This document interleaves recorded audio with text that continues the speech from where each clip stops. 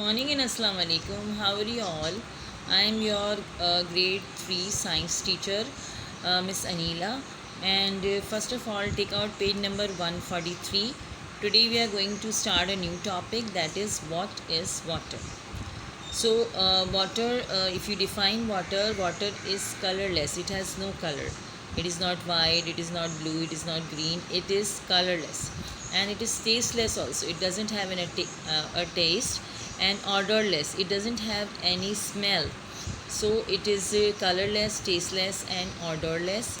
And where is water found? It can be found in oceans, seas, rivers, lakes, and it is also below the ground or groundwater, and it is also present in the sky in the form of clouds. Now, water is always existing in the earth in the form of three states. It can be solid, it can be in the form of solid as ice, it can be liquid as water, and it can also be gas as in the case of water vapors. But it can be changed from one state of water to another state of water. For example, ice. If you just heat ice, it will melt and it will become water. If you boil the water, it will become water vapors, gaseous water vapors. But if these water vapors are condensed, cool, if they go reverse, it will become water, and if water is freezed, it will become ice. So this way the form of water changes from one state to another. Now the rainbow, which is sunlight is forming, it also passes through the raindrops in the air, and that's why you can see the different rainbow colors in the sunlight after the falling of the rain. Now let's discuss about the water cycle. When the temperature is high, water in water bodies like oceans, rivers, lakes, and rivers, they evaporate and they become water vapor.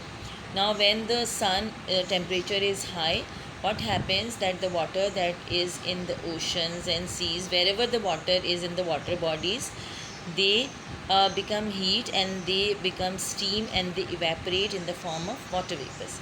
And when they rise up in the sky and they cool down over there, in the sky the water cools down, the water vapors cool down, they become water droplets, because the temperature above is very low, and these water droplets also become clouds. Now this is the formation of clouds. Now when these clouds are formed, the wind carries those clouds to different places, and as these water vapors are condensing, the water droplets that are present in the clouds, they get bigger and heavier, and when the water droplets become cooler, heavier, and bigger, they fall in the form of rain. Now when rain falls, it fills up the oceans, it fills up the seas, it fills up the rivers and lakes, and this cycle continues. This is called the water cycle. Children, I have given you the water cycle homework in your homework sheet. So you must have done in your copies, and you must have drawn this picture. So this was your homework about water cycle, and you must have written about water cycle, so you must have understood what's the meaning of the water cycle. So water cycle definition that you have taken,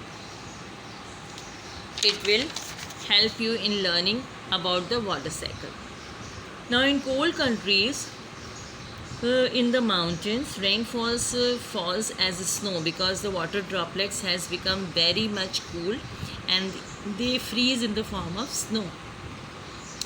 Now water in the water bodies also freeze and they become ice. In the areas in the countries or continents where there is very low temperatures, the water freezes and it becomes ice. Now this ice floats on water because the ice is lighter than water, and when the temperature rises, the ice melts and it becomes water. Now let's talk about the storage of water. Water is important for our activities because we use water for drinking, for washing, for bathing, so many things. but rivers and lakes and streams are the few sources of water that are usable water sources for drinking and cooking activity. But it is reducing the source of water.